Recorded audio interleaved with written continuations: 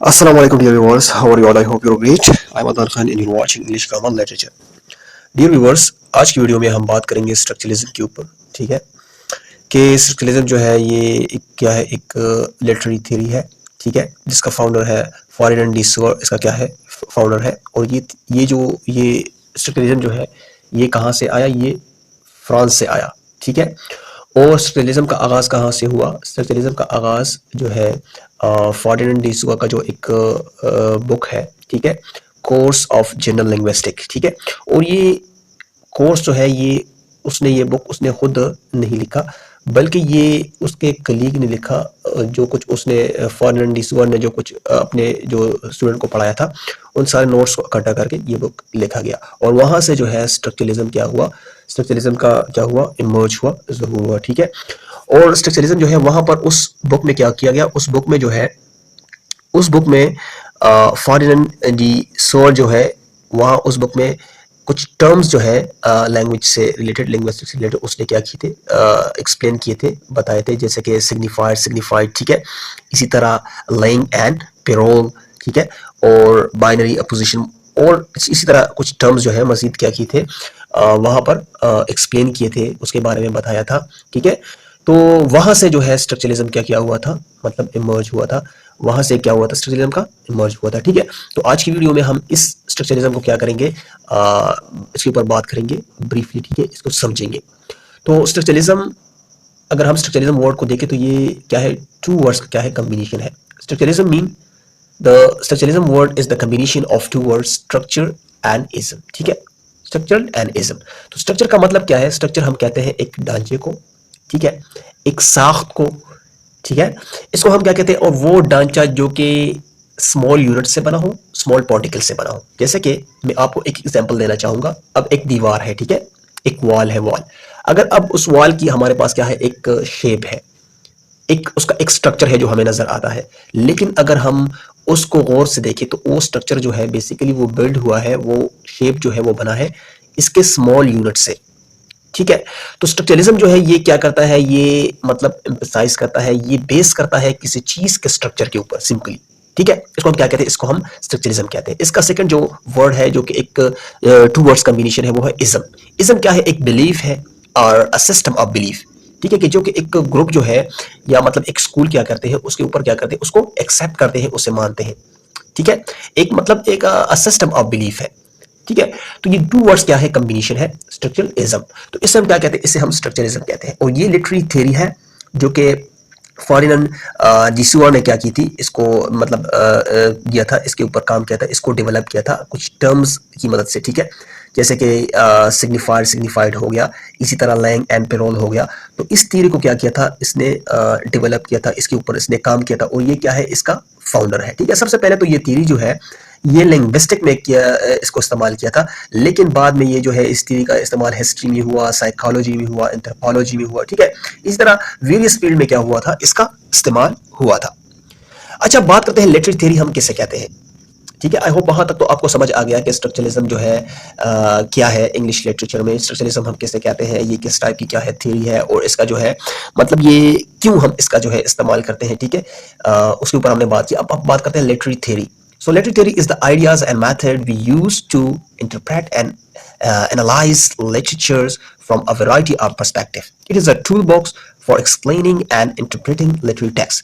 ठीक है, तो डियर स्टूडेंट्स, ये लिटरेरी थ्योरी क्या होती है? लिटरेरी थ्योरी क्या होती है? एक मतलब आइडिया होता है, ठीक है, एक मेथड होता है, जो कि उस आइडिया को, उस मेथड को स्टूडेंट्स क्या करते हैं, रीडर्स क्या करते हैं, इस्तेमाल करते हैं उस टेक्स्ट को एनालाइज करने के लिए, उस टेक्स्ट को एक्सप्लेन करने के लिए, इंटरप्रेट करने के लिए क्या करते हैं, वेरियस पर्सपेक्टिव से उसको मतलब समझने के लिए उस क्या करते हैं, लिटरेरी थ्योरी का इस्तेमाल करते हैं। और ये लिटरेरी थ्योरी क्या है, ये जस्ट एक टूल बॉक्स के मानंद है। ठीक है, जिसका इस्तेमाल हम क्या करते हैं, इस टेक्स्ट को एक्सप्लेन करने के लिए, इस टेक्स्ट को इंटरप्रेटिंग करने के लिए, उस टेक्स्ट की मीनिंग को हम समझने के लिए हम क्या करते हैं, इस थ्योरी का क्या करते हैं, इस्तेमाल करते हैं कि इसमें राइटर ने क्या बोला है, और इसमें राइटर जो है एक्चुअली क्या कहना चाह रहा है। ठीक है, और ये टेक्स्ट जो है ये किस चीज के क्या है, मतलब रिलेटेड है। ठीक है, तो इस सारी चीजों को समझने के लिए क्या होता है, लिटरेरी जो थ्योरी है इसको हम क्या करते हैं, इसका इस्तेमाल करते हैं।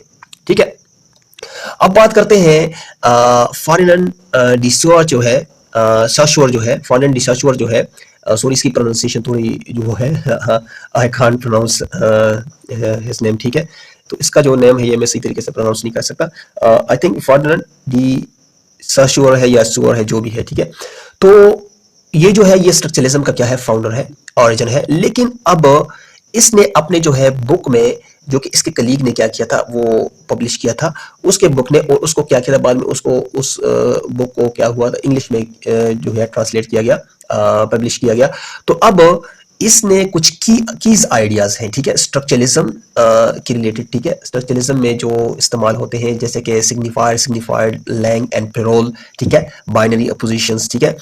तो इसी तरह जो है पैराडिग्मेटिक एंड सिंथेटिक जो है, इसी तरह जो है टर्म्स है, ठीक है। तो उसमें क्या है, वो की आइडियाज हैं जो कि इस बुक में उसके मतलब बात हुई, और वहां से ही स्ट्रक्चरलिज्म जो है इसका क्या हुआ, एक इंटेलेक्चुअल मूवमेंट थी स्ट्रक्चरलिज्म, वहां से इसमें क्या हुआ, इसको जो है इसका इमर्ज हुआ, ये सामने आया, ठीक है।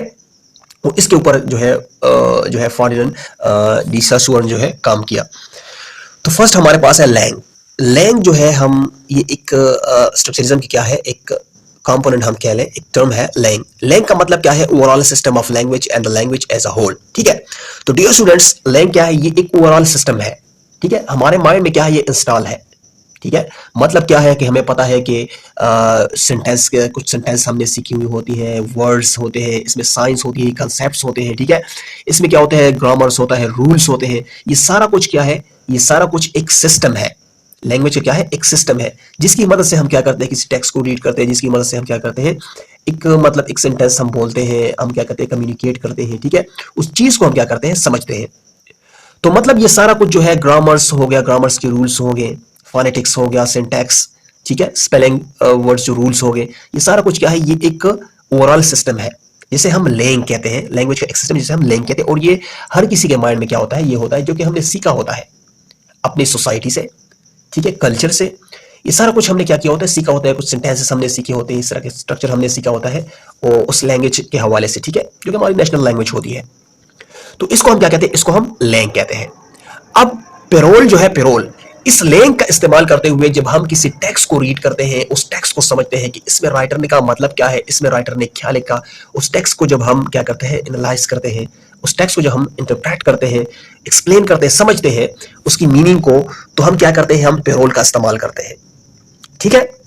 पेरोल का क्या इस्तेमाल करते हैं, जो कि हमारे माइंड में स्ट्रक्चर्स होते हैं, जो कि हमारे माइंड में कंसेप्ट्स होते हैं, लैंग होता है, ठीक है, एक ओवरऑल सिस्टम होता है लैंग्वेज का, उसका इस्तेमाल करते हुए हम क्या करते हैं, अपनी माइंड के मुताबिक हम क्या करते हैं, उस टेक्स्ट को हम क्या करते हैं, समझते हैं, ठीक है। जैसे कि मैं अब मेरे सामने एक टेक्स्ट से मैं उसको रीड करता हूं, तो मैं अपने माइंड को तो मैं कहता हूं कि यहाँ पर राइटर ने क्या किया हुआ है, साइन ऑफ इंटरोगेशन इस्तेमाल किया हुआ है, यहाँ पर जो है ट्रांजिटिव वर्ब का क्या मतलब है, यहाँ पर एक्सक्लेमेशन साइन इस्तेमाल हुआ है। इसी तरह हम उस टेक्स्ट को क्या करते हैं, उस टेक्स्ट को हम समझते हैं, ठीक है। तो यहां पर जो है लैंग और पेरोल का आपको समझ आ गया होगा, ठीक है। जहां के जैसे कि फर्डिनेंड डी साशुअर ने इसको लैंग्वेज को क्या किया, इन दो पार्ट्स में तकसीम किया, एक लैंग है और दूसरा पेरोल है, ठीक है। अब बात करते हैं सिग्निफायर और सिग्निफाइड, ठीक है। तो आपके माइंड में आपने ये बात रखनी है कि सिग्निफायर क्या है।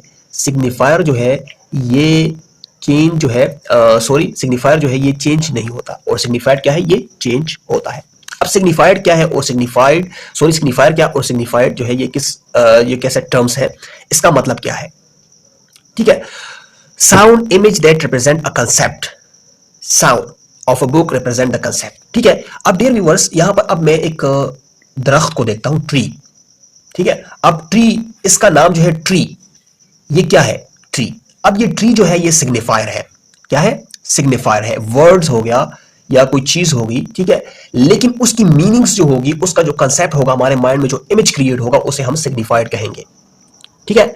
अब यहां पर सिग्निफाइड आप देख सकते हैं, the concept, the sound, image represent when you book, when you book, you know it refers to a book. जब हमारे, अब सिग्निफायर का तो हमें समझ आ गया, सिग्निफायर जो है किस टाइप का टर्म है, इसका मतलब क्या है। अब सिग्निफाइड की जो मीनिंग है, सिग्निफाइड ये जो फर्डिनेंड डी साशुअर ने इस्तेमाल किया, इसका मतलब है इन दोनों के दरमियान क्या है, एक रिलेशन है, ठीक है। अब जब कोई केट बिल्ली का नाम लेता है, कैट, तो डायरेक्टली क्या होता है, मेरे माइंड में एक इमेज क्रिएट हो जाता है, एक कंसेप्ट क्रिएट हो जाता है, उसकी मीनिंग जो है वो मुझे समझ आ जाती है कि ये केट किसे कहते हैं। अब दो एनिमल्स है, एक डॉग है और दूसरा केट है। अब मैं दोनों को देखता हूं, अब कोई केट जब बोलेगा तो डायरेक्ट मेरी जो है माइंड में क्या होगी, उस बिल्ली की क्या होगी, इमेज क्रिएट होगी, कंसेप्ट जो है वो मेरे माइंड में बनेगा। तो उसको हम क्या कहते हैं, उसको हम सिग्निफाइड कहते हैं। ठीक है, तो डियर व्यूअर्स, ये बहुत ही सिंपल अल्फाज में मैंने आपको जो है स्ट्रक्चरलिज्म का आपको समझाया। स्ट्रक्चरलिज्म हम ये किस टाइप की लिटरेरी थ्योरी है, इसका फाउंडर जो है कौन है, और ये कहाँ से जो है आई, और इसको कैसे जो है डेवलप किया गया। इसकी जो मैंने जो टर्म्स हैं, एक कंपोनेंट्स है, उसके मतलब भी बात की जो कि एक इंपॉर्टेंट है। लैंग हो गया, पेरोल हो गया, इसी तरह सिग्निफाइड हो गया, मजीद भी उसके कुछ और टर्म्स हैं, लेकिन ये क्या है, ये इंपॉर्टेंट है। ठीक है, तो इसके मुतालिक हमने बात की और इस चीज को हमने समझा कि स्ट्रक्चरलिज्म जो है ये किस टाइप की जो है वो है थ्योरी है, ये कैसे लिटरेरी थ्योरी है। लिटरेरी की मीनिंग भी हमने समझी कि लिटरेरी थ्योरी हम कैसे कहते हैं, ठीक है, और इसका इस्तेमाल हम कैसे करते हैं। अब ये स्ट्रक्चरलिज्म जो है, इसके ऊपर मैं मजीद थोड़ा एक्सप्लेनेशन देना चाहूंगा। स्ट्रक्चरलिज्म, तो डियर में स्ट्रक्चरलिज्म जो है एक्चुअली ये बेस करता है स्ट्रक्चर के ऊपर, सिंपली। ठीक है, हर चीज का क्या होता है, एक स्ट्रक्चर होता है। जैसे कि पोएम हो गया, पोएम का अब एक स्ट्रक्चर है। ठीक है, तो उस स्ट्रक्चर बना होता है वो यूनिट्स और कंपोनेंट्स से बना होता है। जिस तरह एक पोएम है, उसमें क्या है, स्टेंजास है, लाइंस है, साउंड है, रैम रिदम है। ठीक है, इसी तरह यूनिट्स होते हैं एक पोएम में। ठीक है, तो उस पोएम को हम समझने के लिए क्या करते हैं, हम उसके यूनिट्स को, उसके स्ट्रक्चर को हम क्या करते हैं, समझते हैं। इसे हम स्ट्रक्चरलिज्म कहते हैं। ठीक है, जैसे कि मैंने स्टार्ट में बोला कि टू वर्ड्स क्या है, एक मतलब कॉम्बिनेशन ऑफ टू वर्ड्स है। ठीक है, स्ट्रक्चर एंड इज्म। ठीक है, और ये तो हमारे बर्थ से हमें पता है, हमारे बर्थ से, कि ये स्ट्रक्चरलिज्म जो है ये क्या है। हम सबको पता है कि स्ट्रक्चर क्या होता है, एक साख्त होता है जो कि स्मॉल पार्टिकल से, ठीक है, यूनिट से क्या होता है, बना होता है। जैसे कि दीवार हो गया, आप एक कमरा ले ले, उसको देख ले, वो भी स्मॉल पार्टिकल से, यूनिट से बना हुआ होता है। ठीक है, आप अपनी बॉडी की एग्जांपल ले ले, वो भी स्मॉल यूनिट से बनी होती है। ठीक है, तो इसी तरह क्या है, इसको हम क्या कहते हैं, इसको हम स्ट्रक्चरलिज्म कहते हैं। यहां पर मैं जो है इसकी हिस्ट्री की तरफ नहीं गया।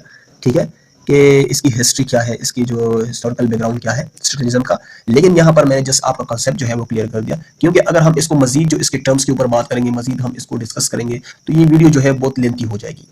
ठीक है, और आपका जो कंसेप्ट है वो क्लियर करना था। आई होप कि आपका कंसेप्ट क्लियर हो गया होगा स्ट्रक्चरलिज्म के हवाले से। ठीक है, और ये तो अरिस्टोटल ने कहा जो है स्ट्रक्चरलिज्म का, उसने एक मतलब ट्रेजेडी की जो कंपोनेंट्स वो उसका बताया था। ठीक है, तो वहां पर एक स्ट्रक्चर उसने क्या किया था, मतलब डिफाइन किया था स्ट्रक्चर। ठीक है, एक ट्रेजेडी का स्ट्रक्चर जो होता है, इसमें बिगिनिंग, इसमें प्लॉट होता है, बिगिनिंग होता है, क्लाइमैक्स होता है। ठीक है, इसी तरह ये सारा कुछ एक स्ट्रक्चर होता है। ठीक है, तो वो अरिस्टोटल ने कब का वो इसको स्ट्रक्चरलिज्म को क्या किया था, डिफाइन किया था। लेकिन वहां पर जो है एक्चुअलिटी में क्या किया, फर्डिनेंड डी सोसूर ने क्या किया, इसके ऊपर काम किया, जो कि लिंग्विस्टिक में सबसे पहले इसका वो हुआ था, ये डेवलप हुआ था, उसका इस्तेमाल हुआ था, जहां पर वो उसके कुछ कंपोनेंट्स हैं, उसके ऊपर बात हुई थी, और उस कंपोनेंट्स के बाद ये स्ट्रक्चरलिज्म जो है ये इमर्ज हुआ, और इसके ऊपर जो है इसकी डेवलपमेंट हुई, ये अप्रोच जो है ये सामने आया। ठीक है, तो आई होप कि आज की वीडियो में आपने काफी कुछ सीखा होगा। अगर फिर भी आपके माइंड में कोई क्वेश्चन है, कोई डिफिकल्टी है, ठीक है, तो आप कमेंट सेक्शन में अपना क्वेश्चन टाइप कर सकते हैं। So see you next video. अल्लाह हाफिज।